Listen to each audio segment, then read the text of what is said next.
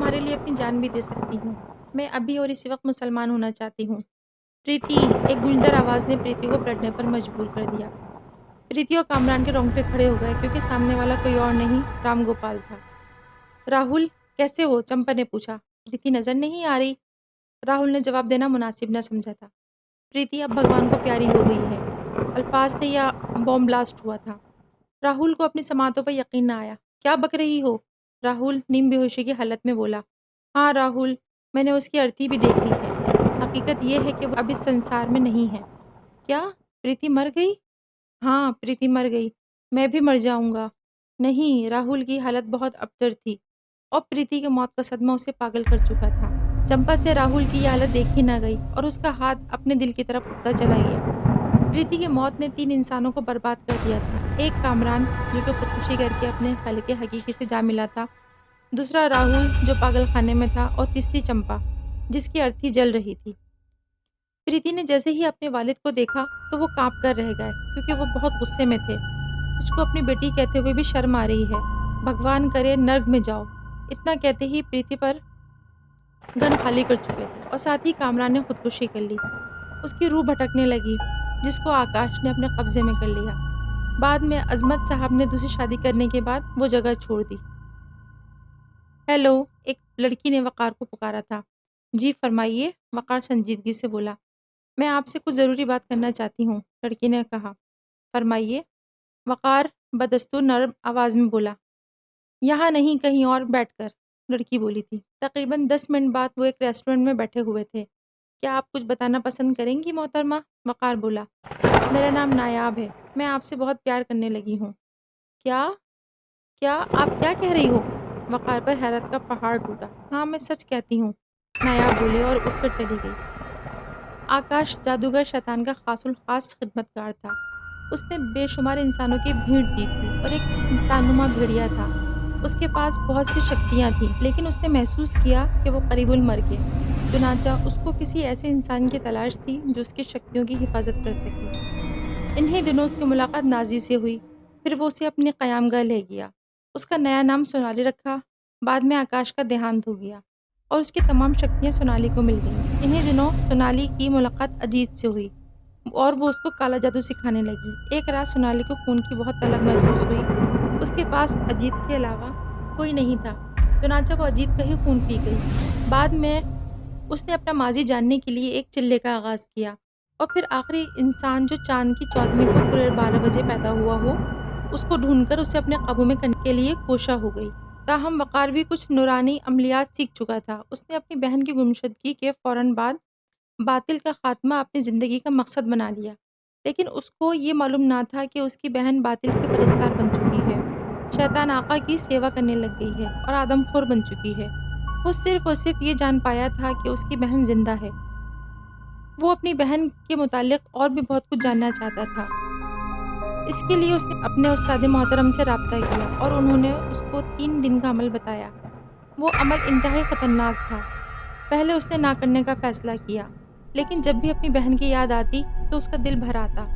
بالآخر اس نے یہ چلہ کرنے کا فیصلہ کر لیا، لیکن وقار نے یہ بات مسز عظمت کو نہیں بتائی تھی کیونکہ اپنی بیٹی کو کھو دینے کے بعد وہ بہت وہمی ہو گئی تھی اور کسی قسم کا رسک لینے کے لیے تیار نہ تھی۔ 30 انسانوں کی بلی دے چکی ہوں اور اب صرف 11 انسانوں کی بھیڑ باقی ہے۔ ہا ہا ہا، سونالی کے قہقہے آسمان کو چھو گئے۔ اچانک غار میں سفید رنگ کا دھواں نمودار ہوا۔ بولو، اے دہشت آتما کیوں آئی ہے؟ سونالی نے کہا۔ اے شیطان کی کالی ملکہ، آپ کے لیے ایک بری خبر ہے۔ ہاں کہو، سونالی بولی۔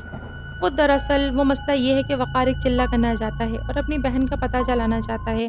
اس واسطے میں نے آپ کو زحمت دی ہے۔ کیسی بہن؟ سونالی نے حیرت سے پوچھا۔ وقار نے تو مجھے اس متعلق کچھ نہیں بتایا۔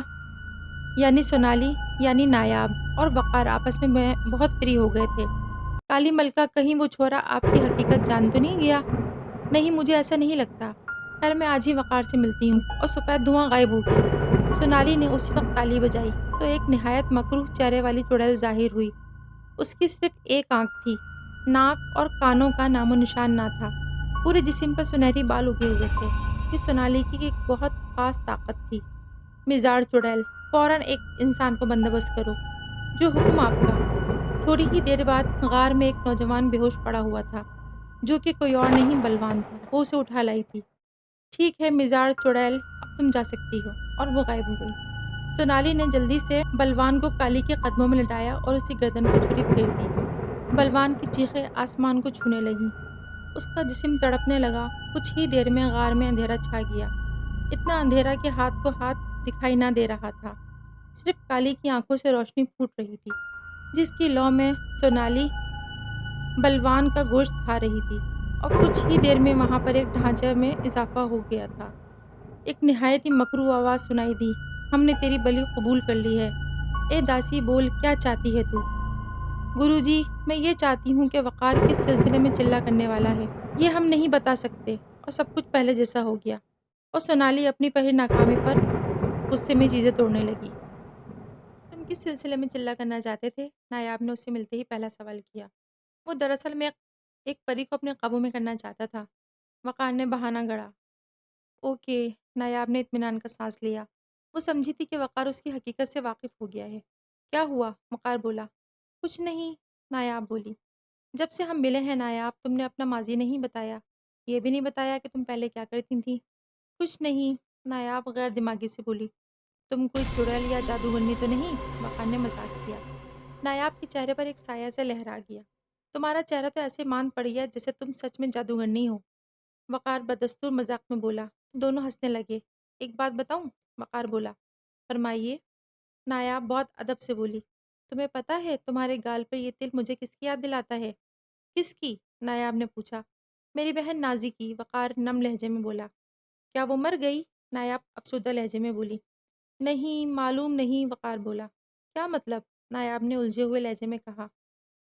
کچھ نہیں، وہ کھو گئی تھی اور پھر نہیں ملی۔ تم لوگ اخباروں میں اس کی تصویر دیتے، شاید مل جاتی۔ تم کیا سمجھتی ہو کہ ہم ہاتھ پر ہاتھ رکھے بیٹھے تھے؟ ہم نے بہت کوشش کی لیکن وہ نہ مل سکی، وقار نے افسردہ لہجے میں کہا۔ یار چھوڑو، باہر چلتے ہیں، نایاب بولی۔ میرا موڈ نہیں ہے، وقار ناگواری سے بولا، لیکن میں جان چکی ہوں کہ تمہاری نظر میں میری کوئی اہمیت نہیں ہے، اس لیے میں جا رہی ہوں۔ اس طرح ان کے دلوں میں نفرت نے پہلی انگڑائی لی۔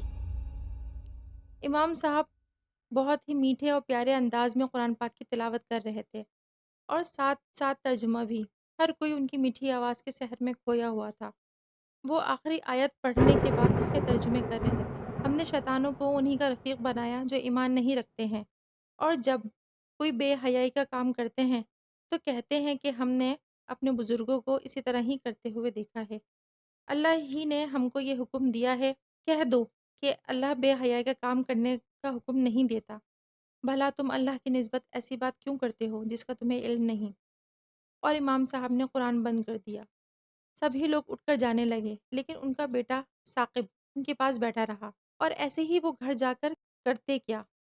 ثاقب کی والدہ عائشہ خاتون کا 2 برس پہلے انتقال ہو گیا تھا، اور ثاقب ان کے والد کا زیادہ تر قیام مسجد میں ہی رہتا تھا۔ وقار نے امام صاحب سے ہی قرآن پاک کی تعلیم حاصل کی، ان سے ہی عملیات سیکھے۔ وہ وقار کے استاد محترم تھے۔ آج وہ ان کے پاس ہی بیٹھا ہوا تھا۔ بیٹا، کیا تمہیں معلوم ہے ہمارے پڑوسی شہر اسلام آباد کے گاؤں میں لوگ غائب ہو رہے ہیں؟ وہ ان گمشدہ لوگوں کا دوبارہ نام و نشان بھی نہیں ملتا۔ ہاں استاد محترم، میں جانتا ہوں۔ کیا تم نے پرسوں رات کوئی عمل کرنا چاہا تھا؟ استاد صاحب بولے۔ استاد محترم، آپ کو تو معلوم ہے کہ میری بہن کھو گئی ہے، اور اس کو بہت زیادہ ڈھونڈا گیا مگر وہ نہ ملی۔ ہاں میرے علم میں ہے، استاد محترم بولے۔ میں اس کے متعلق ہی جاننا چاہتا ہوں۔ میں جان چکا ہوں اور یہ بھی جان گیا ہوں کہ لوگوں کو غائب کون کروا رہا ہے۔ استاد محترم بولے۔ کیا؟ وقار کو اپنی سماعت پر یقین نہ آیا۔ ہاں سنو، یہ ایک نہایت مشکل عمل ہے۔ جب نازی کھو گئی تو وہ ایک جادوگر کے ہاتھ لگ گئی۔ مرنے سے قبل اس جادوگر نے اپنی تمام شکتیاں نازی کو دے دیں۔ اس کا نیا نام سونالی تجویز کیا گیا۔ سونالی بھی اپنا ماضی جاننے میں کوشاں ہے۔ وہ اپنی قوت بڑھانے کے لیے بہت سے انسانوں کو قربان کر رہی ہے۔ اس کا آخری ہدف تم ہو، کیونکہ تم چاند کی 14ویں کو پیدا ہوئے ہو۔ میں نے 3 سالوں میں معلومات حاصل کی ہیں۔ کیا آواز تھے یا ایٹم بم؟ اس کو زمین و آسمان ہلتے ہوئے محسوس ہوئے۔ اپنی سماعت پہ یقین نہ آ رہا تھا۔ اس کی زندگی کا اصل مقصد باطل کے پرستار کو ختم کرنا تھا۔ اب وہ کیا کرے گا؟ کیونکہ اس کی بہن ہی باطل کے پرستار تھی، کیا وہ اس کو ختم کر پائے گا؟ اگر نہیں کرے گا تو اس زمین میں اس سے بزدل اور ظالم آدمی کوئی نہ ہوگا۔ اسے ماضی یاد آنے لگا جب اس نے خود سے اور استاد محترم سے وعدہ کیا تھا، میں حق کا پرستار ہوں اور ہر حال میں شیطانوں کو شکست دوں گا، چاہے وہ میرے اپنے ہی کیوں نہ ہوں۔ قدرت نے اس کو ایسے موڑ پر لا کھڑا کیا تھا جہاں آگے کنواں تھا، پیچھے کھائی۔ اسے کچھ سمجھ نہیں آ رہا تھا کہ وہ کیا کرے، کیونکہ اس نے برسوں اپنی بہن کا انتظار کیا تھا، لیکن اب باطل کا خاتمہ اس کی زندگی کا مقصد بن چکا تھا۔ بیٹا، تم کیا سونالی کا خاتمہ کرو گے؟ بابا جی بولے۔ ہاں استاد محترم، میں اس کا خاتمہ ہر حال میں کروں گا، وہ پرعزم لہجے میں بولا۔ تو پھر ٹھیک ہے، یہاں سے مشرق کی طرف کالے پہاڑوں میں ایک غار ہے جہاں سونالی کا قیام ہے، تم فوراً سے پہلے اس کا خاتمہ کر دو تاکہ اس کرۂ ارض میں ایک ناسور کا خاتمہ ہو جائے۔ ٹھیک ہے بابا جی، وقار بولا۔ وہ کالے پہاڑوں میں پہنچ چکا تھا، اس کو غار دکھائی دے گئی تھی۔ وہ اندر داخل ہوا تو اندر نایاب یا سونالی بیٹھی ہوئی تھی۔ غار میں ایک طرف انسانی ہڈیوں کا ڈھیر لگا ہوا تھا، تاہم سونالی کا چہرہ ویسا ہی تھا، ایک طرف کالی کا بت نشت تھا۔ وقار، تم یہاں؟ سونالی بولی۔ ہاں میں۔ تمہیں حیرت کیوں ہو رہی ہے؟ تم اپنا ماضی جاننا چاہتی ہو؟ ہاں، لیکن تم کیوں پوچھ رہے ہو؟ اس لیے کہ میں جان گیا ہوں۔ اور وقار نے اسے سب کچھ بتا دیا۔ کیا تم میرے بھائی ہو؟ وہ اس کے قریب ہوتے ہوئے بولی۔ پیچھے ہٹ جاؤ، تم میری بہن نہیں ہو، کیونکہ تم نے لاتعداد معصوم انسانوں کا خون پیا ہے اور میں تم کو مارنے کے لیے آیا ہوں۔ ٹھیک ہے، تم یہی چاہتے ہو کہ میں مر جاؤں تو میں مر جاؤں گی۔ اور سونالی نے چھری اٹھا کر اپنی نفس کاٹ لی اور نیچے گر کر تڑپنے لگی۔ وقار، میرے بھائی گڈ بائے، وہ مسکراتے ہوئے بولی، اور اس کی روح نے اس کے جسم کو چھوڑ دیا اور وقار بے ساختہ رونے لگا۔